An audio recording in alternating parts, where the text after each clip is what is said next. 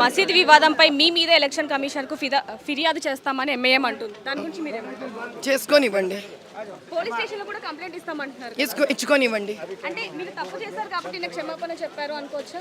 అంటే మసీదుకి గురి పెట్టారు అంటే రామబాణం అది చేశారు కాబట్టి సారీ చెప్పారని అనుకోవచ్చు. ఇప్పుడు ఇంట్లో చిన్నపిల్లలు ఉంటారమ్మా, మనం తప్పు చేయకుండా కూడా మన వల్ల వాళ్ళు బాధపడ్డారనుకో, ఇప్పుడు ఏం చేస్తాం? పిల్లల్ని దగ్గర తీసుకొని లేలే నాన్న పోనీలే నాన్న అని అంటాం. నేనేం తప్పు చేయలేదు, కానీ అసదుద్దీన్ వినాలమ్మా, నన్ను మాట్లాడి కంప్లీట్గా. అసదుద్దీన్ ఓవైసీ ఏ విధంగా అయితే రెచ్చగొడుతున్నాడో, రెచ్చగొట్టినప్పుడు రెచ్చిపోయిన వాళ్ళు ఉంటారు కదా, వాళ్ళు ఇవి ఆలోచించుకోరు కదా. వాళ్ళు యువకులు, వాళ్ళు ఇంత ఆలోచించుకుంటే అసదుద్దీన్ లాంటి వాడిని పోషించరు కదా వాళ్ళు. కాబట్టి ఒక మాతృస్థానంలో, ఒక తల్లి స్థానంలో ఉండి, అయ్యా ఎవరైనా అతని వల్ల మనసు నొచ్చుకొని ఉంటే, అతని ఇష్టం వచ్చినట్టు నోటుకొచ్చినట్టు అబద్ధాలు మాట్లాడుతుంటే, దానివల్ల నొచ్చుకొని ఉంటే నొచ్చుకోవద్దు నాయనా అని చెప్పడం దాని అర్థం. అందుకు సారీ చెప్పారంట అంతే. మత విద్వేషాలను రెచ్చగొట్టే బీజేపీకి ప్రజలు ఓటు వేయరు అని ప్రత్యర్థి అసదుద్దీన్ గారు ఓవైసీ గారు అంటున్నారు. దాని గురించి మీరేమో? అది అసదుద్దీన్ గారి దగ్గర నుంచే తెలుసుకోండి. ఎందుకంటే ఆయనకు పని లేదు పాట లేదు, నోటుకు వచ్చినట్టు చెప్తూనే ఉంటాడు. ఆయన పోయిందేమని చెప్పండి. అతను మరి రెచ్చగొట్టట్లే అందరినీ. అతను చేస్తున్నది ఏంది? ఎవడు ఇక్కడ రెచ్చగొట్టలేదు. అతను ఏదో స్టేట్మెంట్ తయారు చేసుకుంటూనే ఉంటాడు. దానికి మీరు వచ్చి నన్ను 10 సార్లు అడితే నేనేం చెప్తానమ్మా? ఆయన పనే అది, వేరేం పని లేదు. ఇంట్లో కూర్చుంటాడు, కుర్చీ వేసుకుంటాడు, 10 మందిని చుట్టేసుకుంటాడు, అడిగిందో అడుగుతూనే ఉంటాడు, చెప్పిందే చెప్తూనే ఉంటాడు.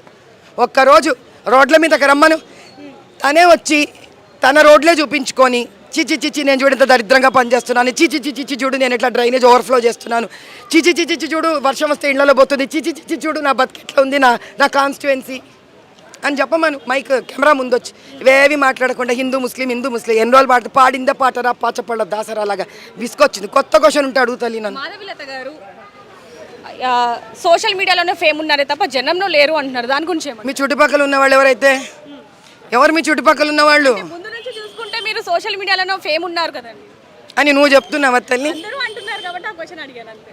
ఎవరో వాళ్ళని తీసుకురా, నా ముందు వాళ్ళని తీసుకురా అమ్మా. 20 ఏళ్ల నుంచి నేను చేసింది ఏంటైతే మరి?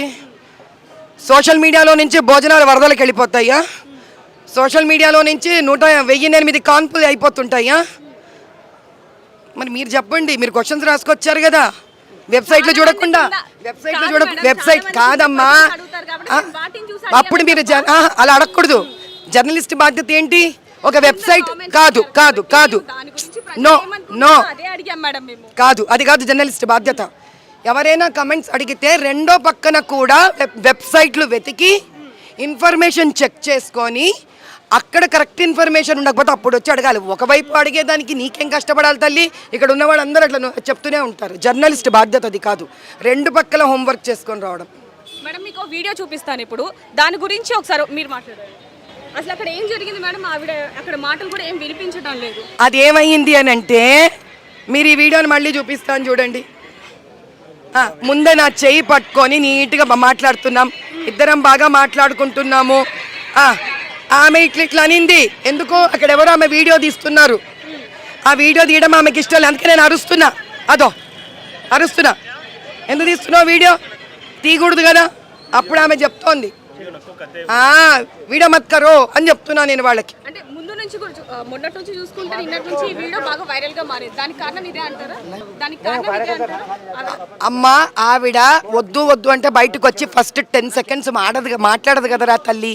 నాతో ముందు మాట్లాడుతూ ఉంది, తర్వాత ఏమనింది? ఇట్లా అనింది. అప్పుడు నేనేమన్నాను? ఆమె విదిలించుకుంటే నేను వాళ్ళని అన్నా, ఉండండి అయ్యా ఉండండి, స్త్రీ కదా, ఎందుకు తీస్తున్నారు వీడియో, ఆగండి అన్న. అది జరిగింది. ఇక్కడ ఉన్న ప్రతి చండాలాన్ని క్లీన్ చేసేస్తాను.